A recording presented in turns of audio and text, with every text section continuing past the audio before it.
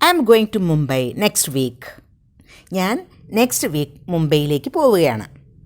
I am living for Mumbai next week. ഞാൻ മുംബൈയിലേക്ക് പോവുകയാണ് നെക്സ്റ്റ് വീക്ക്. ഇത് തന്നെ നമുക്ക് വേറൊരു തരത്തിലും പറയാം. I am off to Mumbai next week. I am off to Mumbai next week. ഞാൻ മുംബൈയിലേക്ക് നെക്സ്റ്റ് വീക്ക് പോവുകയാണ് എന്ന് തന്നെയാണ് ഈ സെൻറ്റൻസിൻ്റെയും മീനിങ്. ഇവിടെ നമ്മൾ ഓഫ് ടു എന്ന ഒരു ഫ്രേസ് ഉപയോഗിച്ചു. ഓഫ് ടു എന്നാൽ ഗോയിങ് ടു അല്ലെങ്കിൽ ലിവിങ് ഫോർ. ഇൻഫോർമൽ ആയി യൂസ് ചെയ്യുന്ന ഒരു ഫ്രേസ് ആണ് ഓഫ് ടു.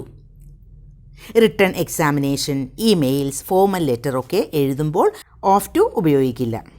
നമുക്ക് സ്പോക്കൺ ഇംഗ്ലീഷിൽ ഇത് ഉപയോഗിക്കാം. പിന്നെ ഇംഗ്ലീഷ് മൂവീസിലൊക്കെ നമ്മളിത് ധാരാളം കേൾക്കുന്നതാണ്.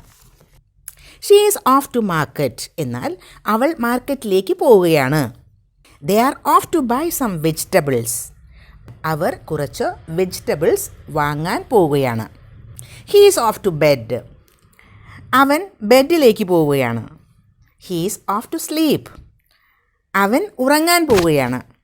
ഏത് സബ്ജക്റ്റിൻ്റെ കൂടെയും ഓഫ് ടു ഉപയോഗിക്കാം. സബ്ജക്റ്റ് അനുസരിച്ച് ആം, ഈസ്, ആർ ഒക്കെ മാറ്റി ഉപയോഗിക്കണം.